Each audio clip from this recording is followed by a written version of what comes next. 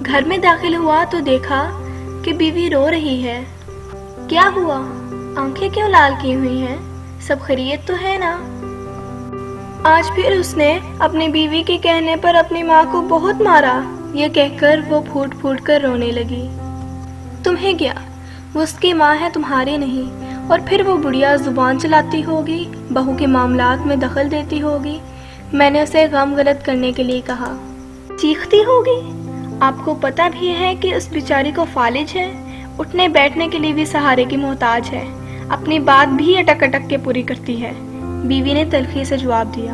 اچھا چھوڑو، ہم کر بھی کیا سکتے ہیں؟ میں نے بات بدلنے کی کوشش کی۔ میرا دل کرتا ہے ماں جی کو اپنے گھر لے آؤں کچھ دنوں کے لیے۔ کیا کہا؟ پاگل ہو گئی ہو؟ برائی مصیبت اپنے گلے ڈالو گی؟ مجھے اس کی سوچ پر غصہ آ گیا۔ صرف ہفتے بھر کے لیے، اس نے میرے غصے کو نظر انداز کرتے ہوئے کہا۔ شاید وہ پہلے سے ہی پلان بنا کر بیٹھی ہوئی تھی۔ نہیں نہیں، یہ ناممکن ہے۔ اور وہ کیوں دینے لگا اپنی ماں؟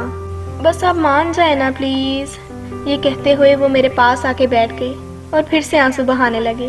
یہی اس کا خطرناک حملہ ہوتا ہے، بات منوانے کا۔ اچھا یہ بتاؤ، ماں جی کو سنبھالو گی کیسے؟ اپنے بچے تو ہیں نہیں، سارا دن ٹی وی دیکھتی رہتی ہوں، تو میرا بھی دل لگا رہے گا۔ اس نے اداسی سے کہا تو میں نے بھی ہاں کہہ دی۔ کافی سوچنے کے بعد میں شام کو اس کے گھر گیا، کچھ بات کرنے کے بہانے۔ ڈرائنگ روم میں بیٹھا، اس نے جھوٹے منہ چائے بنا پوچھی۔ میں نے اپنے پلان کے مطابق اس سے کہا کہ میری بیوی فالج کا علاج قرآن پاک سے کرنا جانتی ہے، وہ آپ کی والدہ کا علاج کرنا چاہتی ہے۔ لیکن اس میں مسئلہ یہ ہے کہ آپ کی والدہ کو ہفتہ بھر ہمارے گھر رہنا ہوگا۔ آپ فکر نہ کریں، ہم ان کا اچھے سے خیال رکھیں گے۔ وہ خوشی سے کہنے لگا، ٹھیک ہے سلیم صاحب، جتنے بھی دن لگ جائیں، چاہے مہینہ لگ جائے، میری ماں ٹھیک ہو جائے۔ اگلے دن ماں جی ہمارے گھر منتقل ہو گئی۔ اماں جی روئی کے ایک گالے کی طرح تھی، نور کا ایک ڈھیر سا تھا، کمزور سی، لاغر سی، جیسے زمانے بھر کے غم اپنے اندر سمیٹے بیٹھے تھی۔ میری بیوی تن من دھن سے ماں جی کی خدمت میں جٹ گئی، بستر، کمبل، چادریں، کپڑے سب کچھ نیا لے لیا۔ اچھی خوراک اور خدمت سے ماں جی کے چہرے پر خوشی آنے لگی۔ میری بیوی بہت خوش تھی، پتہ ہی نہیں چلا کہ مہینہ کیسے گزر گیا۔ پہلے ان کی بہو 2 دن بعد آتی تھی، 4 دن بعد، اور پھر مہینے بعد، پھر 2 مہینے بھی گزر گئے، لیکن نہ اس نے لے کے جانے کی بات کی، نہ ہم نے۔ مہینے گزرتے رہے، غالباً 7واں مہینہ آ گیا۔ اس کی بیوی نے اس سے علیحدگی لے لی اور ماں جی کا بیٹا اکیلا رہ گیا۔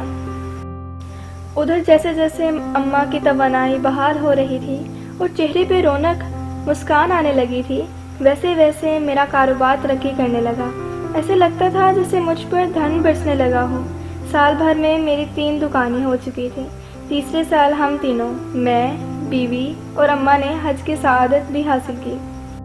اماں ہمارے ساتھ 7 سال رہیں، ہر پل ان کا ہمیں دعائیں دیتے گزرتا اور ہم میاں بیوی خوشی سے پھولے نہ سماتے۔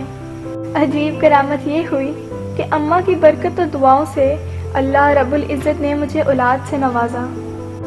آج وہ ہمارے درمیان نہیں، مگر ان کی کمی شدت سے محسوس ہوتی ہے، جیسے کوئی اپنا کہیں کھو گیا ہو۔ ہم نے بھی کبھی ان سے ان کا نام تک نہیں پوچھا، بس ان سے ایک خلوص کا رشتہ تھا۔ پچھلے دنوں میری بیوی بہت خوش تھی، وجہ پوچھی تو کہنے لگی، میں نے ایک خواب دیکھا ہے۔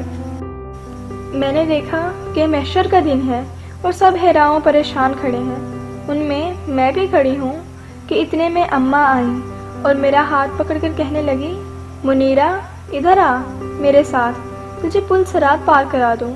میں ان کے ساتھ چلی، ہم ایک باغ سے گزرے، تھوڑی دیر میں باغ ختم ہوا تو ایک بڑا سا میدان آ گیا، تو اماں کہنے لگی، بس ہو گیا پل صراط پار۔ میں حیران ہوئی تو وہ بھی زور سے ہنسنے لگی، پھر میری آنکھ کھل گئی۔ مبارک ہو بھائی، بہت اچھا خواب ہے، مگر تمہیں میرا خیال نہیں آیا؟ قسم سے میں اتنی پریشان تھی کہ چلو خیر، ہمیں بھی کوئی نہ کوئی مل ہی جائے گا جو پل صراط پار کرا دے۔ آمین، بیوی نے جیسے دل کی گہرائیوں سے کہا۔ اور پھر اس کو میں نے یہ نہیں بتایا کہ ایسا خواب میں بھی دیکھ چکا ہوں. بس فرق یہ تھا کہ اماں نے میرا ہاتھ پکڑتے وقت یہ کہا, چلو تمہیں منیرا کے پاس لے چلوں, وہ پل صراط کے پار تمہارا انتظار کر رہی ہے. Subscribe to my channel and press the bell icon.